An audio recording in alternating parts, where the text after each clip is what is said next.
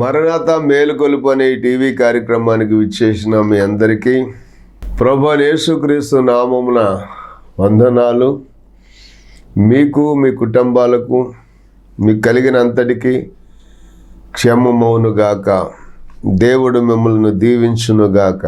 మరొకసారి దానియేలు గ్రంథము 10వ అధ్యాయము 17, 18, 19 వచనాలు మరొకసారి చదువుకుంటే, అక్కడ నా ఏలిన వారి దాసుడునైన నేను నా ఏలిన వాని ఎదుట ఎలాగో మాట్లాడుదును, నా బలము తొలగిపోయెను, నా ఊపిరి విడవలేక ఉన్నానని చెప్పగా, అతడు మరలా నన్ను ముట్టి నన్ను బలపరిచి, నీవు బహుప్రియుడవు, భయపడకుము, నీకు శుభమగునుగాక, ధైర్యం తెచ్చుకోము అని నాతో చెప్పెను. అతడు నాతో ఇట్లనగా, నేను ధైర్యం తెచ్చుకొని, నీవు నన్ను ధైర్యపరిచితివి గనుక నా ఏలిన వాడవైన నీవు ఆజ్ఞ ఇమ్మని చెప్పి తిని. దేవునికి స్తోత్రం. చూడండి, ఇక్కడ మరి 3 వారాలు ఉపవాసం ఉండి ప్రార్థిస్తున్నటువంటి మరి దానియేలు దగ్గరకు వచ్చి దేవుడు దానియేలుని ముట్టి, మరలా నన్ను ముట్టి అనే మాటను మనం చూస్తున్నాం కదా. దానియేలుని ముట్టి నన్ను బలపరిచి, నీవు బహుప్రియుడవు, భయపడకుము, నీకు శుభమవునుగాకని, ధైర్యం తెచ్చుకొని ఆయన నాతో చెప్పాను అని దానియేలు చెబుతూ ఉన్నాడు. దేవుడు ఒక వ్యక్తిని ముట్టినా లేక మనము దేవునిని మనం ముట్టిన ప్రభావము మనలోనికి వచ్చి మనలను దేవుడు స్వస్థపరిచి ఆయన బాగు చేసి, ఆ ప్రభావముతో మనం ఈ లోకాన్ని, పాపాన్ని, శాతాన్ని, శరీరాన్ని, సమస్తాన్ని కూడా మనం జయించేటువంటి ఆ ఆత్మ ప్రభావము మరి ప్రత్యేకంగా మనలో ఆ ప్రభువు మనకు అనుగ్రహిస్తాడు. ఇక్కడ మనం గమనిస్తే మార్కు సువార్త 1వ అధ్యాయము 40వ వచనంలో మనం చూసినట్లయితే, ఒక కుష్ఠరోగి ఆయన యొద్దకు వచ్చి ఆయన ఎదుట మోకాళ్ళుని, నీకిష్టమైతే నన్ను శుద్ధినిగా చేయగలవని ఆ కుష్ఠరోగి యేసు ప్రభు దగ్గరికి వచ్చి ఆయన దగ్గర మోకాళ్ళుని, ప్రభువా నీకు ఇష్టమైతే నన్ను శుద్ధినిగా చేయగలవని ఆయనతో చెప్పి ఆయనను వేడుకొనగా అనే మాట మనం చూస్తూ ఉన్నాం. ఇప్పుడు యేసు ప్రభు ఏం చేశాడంటే, వెంటనే మరి ఆయన కనికరపడి చెయ్యి చాపి వానిని ముట్టి, చూడండి, వెంటనే యేసు ప్రభు కనికరపడి చెయ్యి చాపి వానిని ముట్టి, నాకు ఇష్టమే, నీవు శుద్ధుడవు కమ్మని వానితో చెప్పెను. వెంటనే కుష్ఠరోగము వానిని విడిచెను గనుక వాడు శుద్ధుడయ్యను. అప్పుడు ఆయన, ఎవరితోనూ ఏమీ చెప్పకు సుమి అని ప్రభువు మరి అతనికి ఆజ్ఞాపించినట్లుగా మనం చూస్తూ ఉన్నాం.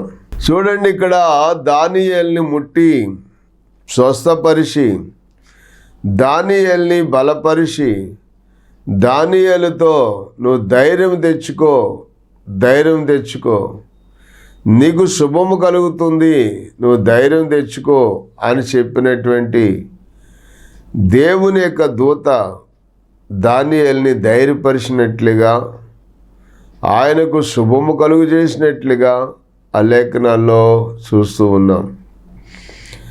అలాగే ఇక్కడ యేసు క్రీస్తు ప్రభు దగ్గరకు ఒక కుష్ఠరోగి వచ్చి ఆయన ఎదుట మోకాళ్ళుని, ప్రభువా నీకు ఇష్టమైతే నన్ను శుద్ధునిగా చేయగలవని ఆయనతో చెప్పి ఆయనను వేడుకొనగా ఆయన కనికరపడి చెయ్యి చాపి వానిని ముట్టి, వెంటనే నాకిష్టమే, నువ్వు శుద్ధుడు కమ్మని వానితో చెప్పెను. అప్పుడు వెంటనే వాని కుష్ఠరోగము వానిని విడిచెను గనుక వాడు శుద్ధుడాయను అనే మాటను మనం చూస్తూ ఉన్నాం. చూడండి, చాలామంది జీవితాలలో ఈనాడు మనం గమనిస్తే తరతరాల నుంచి వచ్చేటువంటి మరి పాపము, శాపము, ఈ భయంకరమైనటువంటి రోగాలు ఈనాటికి కూడా దీర్ఘకాలిక వ్యాధులు తీసుకుని వచ్చి మరి ఆ మనుషుల యొక్క జీవితాలను నెమ్మది లేకుండా చేస్తూ ఉన్నాయి. ఎన్నో మందులు వాడుతున్నారు, ఎంతోమంది వైద్యులను సంప్రదిస్తున్నారు, ఎంతోమంది దగ్గరికి వెళుతున్నారు. ఎన్ని మందులు వాడినా వారికి ఉన్నటువంటి రోగాలు, బలహీనతలు వదిలిపోవటం లేదు. అయితే ఈ కుష్ఠరోగి చూడండి, ఆయన ఎవరు కూడా మరి వ్యక్తిని గౌరవించే పరిస్థితి లేదు. ఆ ఇంట్లో వాళ్ళు కూడా ఆయన్ని చేర్చుకునే పరిస్థితి లేదు. ఎవరు కూడా కుష్ఠరోగిని ప్రేమించరు. అటువంటి వ్యక్తి ప్రభు దగ్గరికి వచ్చి మోకాళ్ళుని, ప్రభువా నీకు ఇష్టమైతే నన్ను శుద్ధినిగా చేయగలవు అని చెప్పి మరి ప్రభు దగ్గర వేడుకున్నప్పుడు నిజంగా ప్రభువు ఆ కుష్ఠరోగిని నాకు ఇష్టమే, నువ్వు శుద్ధుడు కమ్మని ముట్టి బాగు చేసినట్లుగా, స్వస్థపరిచినట్లుగా ఆ లేఖనాల్లో మనం చూస్తూ ఉన్నాం. చూసారా, ఎవ్వరికీ కూడా మరి ఇష్టం లేనటువంటి వ్యక్తి, అంటరాని వ్యక్తి, అటువంటి వాళ్ళను కూడా యేసుక్రీస్తు ప్రభు బాగు చేసి బ్రతికించి వారి జీవితాలకు ఒక క్రొత్తదనం, ఒక నూతనత్వాన్ని కలుగు చేసేటువంటి ఆ శక్తిమంతుడు, జీవాధిపతి యేసుక్రీస్తు ప్రభు అక్కడే. అందుకనే దానియేలు ఆయన సన్నిధిలో ప్రార్థిస్తున్నప్పుడు దేవుని యొక్క దూత వచ్చి చెప్తున్న మాట, దానియేలు నువ్వు బహుప్రియుడవు, నాకు ఇష్టమైన వాడవు. బహుప్రియుడు అంటే నాకు ఇష్టమైన వాడవు, నాకు ఇష్టమైన వాడవు కనుక నేను నీ యొద్దకు పంపబడ్డాను. కాబట్టి నీవు ధైర్యం తెచ్చుకో, ధైర్యం తెచ్చుకో, నీకు శుభం కలుగుతుంది, నువ్వు ధైర్యం తెచ్చుకో అనే మాట మనం అక్కడ మరి చూస్తూ ఉన్నాం. దానికి ముందుగా లేవలేకుండా, నిలబడలేకుండా, మరి మోకరించలేకుండా, కదలలేకుండా ఉన్నటువంటి దానియేలుని ముట్టి, మరి తన మోకాళ్ళను ముట్టి, తన చేతులను ముట్టి మరి దేవుడు అతన్ని నిలబెట్టినట్లుగా మనం చూస్తూ ఉన్నాం.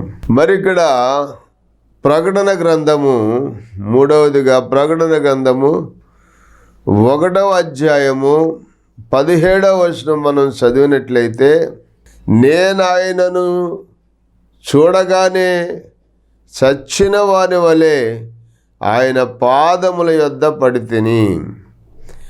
ఆయన తన కుడి చేతిని నా మీద ఉంచి నాతో ఇట్లనెను, భయపడకుము, నేను మొదటి వాడను, కడపటి వాడను, జీవించువాడను, మృతుడనైతిని గాని ఇదిగో యుగయుగములు సజీవుడునై ఉన్నాను. మరియు మరణము యొక్కయు పాతాళ లోకము యొక్కయు తాళపు చెవులు నా స్వాధీనములో ఉన్నవి అని మరి ప్రభువు అపోస్తలుడైనటువంటి యోహానుతో చెబుతున్నట్లుగా మనం చూస్తూ ఉన్నాం. ఆయనను చూసిన వెంటనే, యేసు ప్రభువుని చూసిన వెంటనే, చూడగానే చచ్చిన వాని వలె ఆయన పాదముల యొద్ద యోహాను పడిపోయాడని చెప్పి మనం చూస్తున్నాం.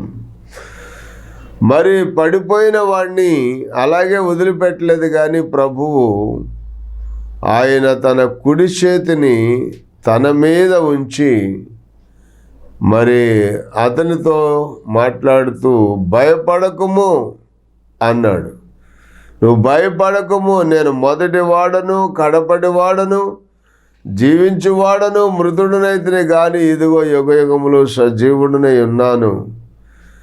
మరియు మరణము యొక్కయు పాతాళ లోకము యొక్కయు తాళపు చెవులు నా స్వాధీనంలో ఉన్నాయని మరి ప్రభువే మరి ఈ యొక్క అపోస్తలుడైన యోహానుతో చెప్పి పడిపోయి ఉన్నటువంటి యోహానుని ఆయన ముట్టి ఆయన లేవనెత్తి మరలా తన కార్యము కొరకు నిలబెట్టి వాడుకున్నట్లుగా మనం చూస్తూ ఉన్నాం.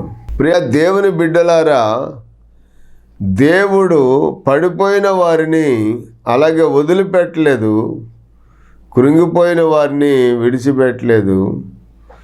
మరలా తిరిగి యోహానుని నిలవబెట్టినట్లుగా మనం ఆ లేఖనాల్లో చూస్తూ ఉన్నాం. ఆ తర్వాత గొప్ప బాధ్యతలు అప్పగించాడు దేవుడు. ఏమన్నాడో చూడండి, అక్కడ మరణము యొక్కయు పాతాళ లోకము యొక్కయు తాళపు చెవులు నా స్వాధీనంలో ఉన్నవి, కాబట్టి నీవు చూసిన వాటిని, ఉన్న వాటిని, వీటి వెంట కలగబో వాటిని, అనగా నా కుడి చేతిలో నీవు చూసిన 7 నక్షత్రములను గూర్చిన మర్మమును, 7 సువర్ణ దీపస్తంభముల సంగతి వ్రాయము. ఆ 7 నక్షత్రములు 7 సంఘములకు దూతలు, ఆ 7 దీపస్తంభములు 7 సంఘములు అని మరి ఈ యొక్క మర్మాన్ని బయలుపరిచి ఈ బాధ్యతను మరి అపోస్తలుడైన యోహాను గారికి మరి అప్పగించినట్లుగా మనం చూస్తూ ఉన్నాం. దేవుని పాదాల మీద పడితే ఆయన మనకు బాధ్యతలు అప్పగిస్తారు. ఆయన పనిలో మనను బలమైన సాధనాలుగా వాడుకుంటారు. ప్రియమైన దేవుని బిడ్డలారా, మరి ఒకసారి ఒక దైవజనుడు ఉపవాసం ఉండి ప్రార్థన చేస్తూ ఉంటే ఆయన అలాగున అలసిపోయి ప్రార్థన చేస్తూ ఉండగా ఆయన ఎదురుగా వచ్చి యేసయ్య నిలవబడి ఉన్నాడు. ఈయన ప్రార్థిస్తూ చేతులు అలాగ పైకెత్తి ప్రార్థిస్తా అలాగ తూళి ఆ 2 చేతులు అలాగ నేల మీద పడ్డాయి. ఆ 2 చేతులు అలా కిందకు పడేటప్పటికి సరిగ్గా ఎక్కడ పడ్డాయంటే యేసు ప్రభు వచ్చి ఆ దైవజనుడు ఎదురుగుండా నిలబడినప్పుడు ఈయన 2 చేతులు వెళ్ళి ఆయన 2 పాదాల మీద పడ్డాయి. దేవునికి స్తోత్రం. ఆయన 2 చేతులు వెళ్ళి ఆయన 2 పాదాల మీద ఎప్పుడైతే పడ్డాయో ఆ 2 పాదాలలో ఉన్నటువంటి ఆ యొక్క ప్రభావము, ఆ శక్తి, ఆ ఆత్మ బలం, ఆ ఆత్మీయ శక్తి ఆ వెంటనే మరి ఆ దైవజనులోనికి వచ్చింది. ఈ రోజున ఆ దైవజనుడు ప్రపంచ దేశాలను ఆశీర్వాదకరంగా దేవుడు ఆయన్ని వాడుకుంటూ వచ్చాడు. అలాగున మనము మన పరిచర్యలో మరి మన ప్రభువు మనకు ఆ విధంగా సహకారిగా ఉండి మనలను ముట్టి మనలను బాగు చేస్తే మన శరీరాల్లో ఉన్నటువంటి అనారోగ్యాలు, వ్యాధి బాధల నుంచి విడుదల పొందడమే కాకుండా దేవుని కొరకు ఒక దానియేలులాగాను, ఒక అపోస్తలుడైన యోహానులాగాను బలమైనటువంటి సాధనాలుగా దేవుని సన్నిధిలో దేవుని కొరకు మనం వాడబడే వారముగా ఉంటామన్నమాట. చూడండి, ఒకసారి ఇంగ్లాండ్ దేశంలో మెండెల్సన్ అనేటువంటి ఒక సంగీత విద్వాంసుడు ఉండేవాడు. ఆయన సంగీతం అనేక స్థలాలలో చక్కగా వాయిస్తూ ఎంతోమందిని సంతోషపరిచేవాడు. ఆయన సంగీతం అంటే ఇంగ్లాండ్ దేశం విక్టోరియా రాణి గారికి చాలా ఇష్టమట. అతను ఒకసారి ఒక పెద్ద చర్చిలోనికి సాధారణ వ్యక్తిగా వెళ్ళి ఆయన అక్కడ ఉన్నటువంటి ఆ సంఘ పెద్దల్ని అడిగాడట, అయ్యా, ఒక్కసారి మీ పియోనా నేను వాయించాలి, అది నాకు అవకాశం ఇస్తారా అంటే నాకున్నటువంటి కాపరులు లేక ఆ సంఘ పెద్దలు అందరూ కూడా అన్నారట, ఏమండి, ఇది కొత్తది, అందులోకి ఎంత ఖరీదు కలిగినటువంటి పియోనా, దీనిని మీరు వాయిస్తారంటే మేము ముక్కు ముఖం తెలియనటువంటి వారికి మేము ఆ పరిచర్య మేము అప్పగించలేం, కాబట్టి మీరు వాయించడానికి వీల్లేదు అంటే పట్టు వదలకుండా ఆయన తన గురించి తాను చెప్పుకోకుండా, ఏమండి ప్లీజ్ ఒక్కసారి ఒక 5 నిమిషాలు వాయించనివ్వండి అని చెప్పి బ్రతిమలాడితే, సరే ఒక 5 నిమిషాలు కదా అని చెప్పి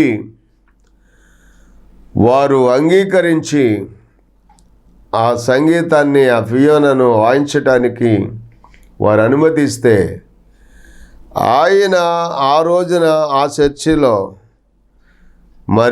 ఆ సంగీతం వాయిస్తున్నప్పుడు అక్కడున్నటువంటి ప్రజలందరూ కూడా ఎంతో సంతోషించి, అబ్బో, ఇలాంటి సంగీతం మనం ఎప్పుడు వినలేదే, ఎంత గొప్పగా వాయిస్తున్నారు, ఈయనెవరు అని చెప్పి అందరూ కూడా ఆశ్చర్యపోయే రీతిలో ఆయన సంగీతాన్ని వాయిస్తే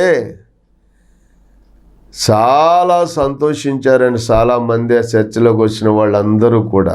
ఆ తరువాత అసలు మీరు ఎవరు అని చెప్పి ఆరా చేస్తే ఆయన పేరు మెండెల్సన్ అనేటువంటి ఒక సంగీత విద్వాంసుడు అని, ఆయన సంగీతం అంటే విక్టోరియా రాణి గారికి గొప్ప ఇష్టము అని తర్వాత తెలిసినప్పుడు వారందరూ ఒకేసారి, అయ్యా, ఈరోజు నిజంగా ఇది వాయించడానికి మీ చేతికి మేము ఆ యొక్క ఫియోనాను అప్పగించి ఉండకపోతే అందులో దాగి ఉన్నటువంటి ఆ సప్తస్వరాలు, గొప్ప సంగీతాన్ని మేము వినకుండా కోల్పోయేవాళ్ళం.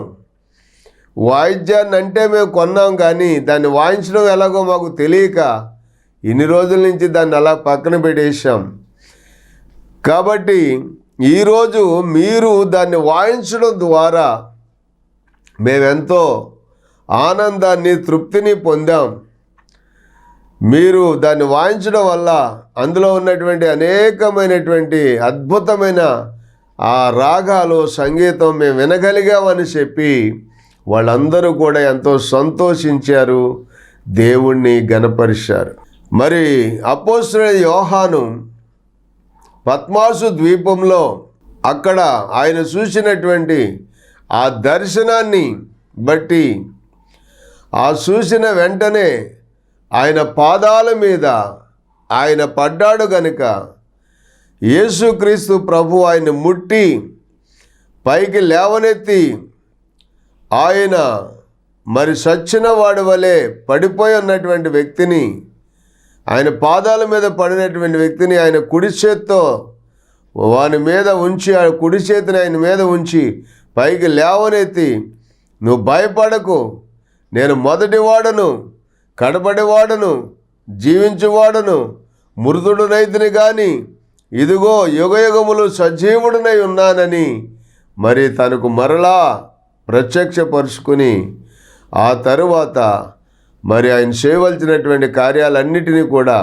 ఆ బాధ్యతలన్నిటినీ కూడా మరలా మరి అపోస్తలుడైన యోహానికి అప్పగించి దేవుని యొక్క సన్నిధిలో, దేవుని యొక్క సేవలో ఆయన్ని ఎంతో గొప్పగా బలంగా వాడుకున్నట్లుగా ఆ లేఖనాల్లో మనం చూస్తూ ఉన్నాం. మన జీవితాలు ఒక దానియేలు వలె దేవునికి అప్పగించుకుని దేవుని చిత్తాన్ని మన జీవితంలో జరిగించాలని మనం విశ్వసించి ప్రభు సన్నిధిలో మనం ప్రార్థించినప్పుడు ప్రభువు మనకు అనుగ్రహించేటువంటి ఆ ఆత్మీయ వరాలను బట్టి, ఫలాలను బట్టి, తలంతులను బట్టి దేవునిని మనం ఎంతగానో ఘనపరుస్తూ ఉంటే మనను బట్టి దేవుడు ఎంతో మహిమ పొందుతారు. అంతేకాకుండా మన ద్వారా ప్రజలు ఆస్వాదించబడతారు. అందుకని ఆ మాటల్లో మనం చూస్తూ ఉన్నప్పుడు, దానియేలు నీవు బహుప్రియుడు గనుక నేను నీ యొద్దకు పంపబడి తిని, నువ్వు భయపడకు, ధైర్యం తెచ్చుకో, నీకు శుభము కలుగుతుందని మరి గాబ్రియేలు దేవదూత దానియేలుతో చెప్పినట్లుగా మనం చూస్తూ ఉన్నాం. ప్రియమైన దేవుని బిడ్డలారా, మరొక మాటను కూడా మనం చూస్తే మత్తయి సువార్త 17వ అధ్యాయంలో మరి అక్కడ యేసుక్రీస్తు ప్రభువు రూపాంతరం అనేటువంటి కొండ మీదకి ఆయన వెళ్ళినప్పుడు అక్కడ పేతురు, యోహాను, యాకోబులు వీరు కూడా మరి వారిని వెంట పెట్టుకుని వెళ్ళాడు యేసు ప్రభు. మరి అక్కడ యేసు ప్రభు ఆ కొండ మీద మరి ఏకాంతంగా ఉన్నప్పుడు ఆయన రూపాంతరం పొందినట్లుగా లేఖనాల్లో మనం చూస్తూ ఉన్నాం. ఆయన ముఖము సూర్యుని వలె ప్రకాశించను అని, ఆయన వస్త్రములు వెలుగు వలె తెల్లనివాయినని, ఇదిగో మోషేయు ఏలియా వారికి కనబడి ఆయనతో మాట్లాడుచుండిరి అని. అప్పుడు పేతురు, ప్రభువా, మనం ఇక్కడ ఉండుట మంచిది, నీకు ఇష్టమైతే ఇక్కడ నీకు ఒకటి, మోషేకు ఒకటి, ఏలియాకు ఒకటి పర్ణశాలలు కట్టుదామని యేసుతో మాట్లాడుతున్నట్లుగా మనం ఆ లేఖనాల్లో చూస్తూ ఉన్నాం. ప్రియమైన దేవుని బిడ్డలారా, ఆ తరువాత మనం చూస్తే మరి మాటలు చెబుతూ ఉండగా ఈ దర్శనం చూసినప్పుడు మరి ఇక్కడ పేతురు, యోహానులు ఏం చేశారు అని మనం ఆలోచన చేస్తే, వారు 6వ వచనంలో మనం చూసినప్పుడు శిష్యులు ఈ మాట విని బోర్లా పడి మిక్కిలి భయపడగా యేసు వారి వద్దకు వచ్చి వారిని ముట్టి లెండి, భయపడకూడని వారితో చెప్పాను అనే మాటను మనం చూస్తున్నాం. అంటే కొన్నిసార్లు దేవుని యొక్క దర్శనము చూసినప్పుడు మానవ నేత్రాలతో చూసి మనం తట్టుకోలేక మరి నేలను పడినప్పుడు మరలా ప్రభువే ముట్టి లెండి, భయపడకండి అని చెప్పి వారిని ధైర్యపరిచి మరలా ఆ కొండ మీద నుంచి కిందకి దిగి వచ్చి ఆ పరిచర్యలో వారిని బలపరిచి వాడుకున్నట్లుగా మనం ఆ లేఖనాల్లో మనం చూస్తూ ఉన్నాం. ప్రియ దేవుని బిడ్డలారా, అందుకనే దైవ లేఖనాల్లో కీర్తనల గ్రంథము 84వ కీర్తన 5-6 వచనాల్లో మనం ఏం చూస్తున్నామంటే, నీ వలన బలమునందు మనుషులు ధన్యులు, యాత్ర చేయు మార్గములు అతి ప్రియములు, వారు బాకాలోయలో బడి వెళ్ళుచు దానిని జలమయముగా చేయుదురు. త్వరకని వాన దానిని దీవెనలతో కప్పును. వారు నానాటికి బలాభివృద్ధి నొందుచు ప్రయాణము చేయుదురు. వారిలో ప్రతి వాడును సియోనులో దేవుని సన్నిధిని కనపడును అని. దేవునికి స్తోత్రం.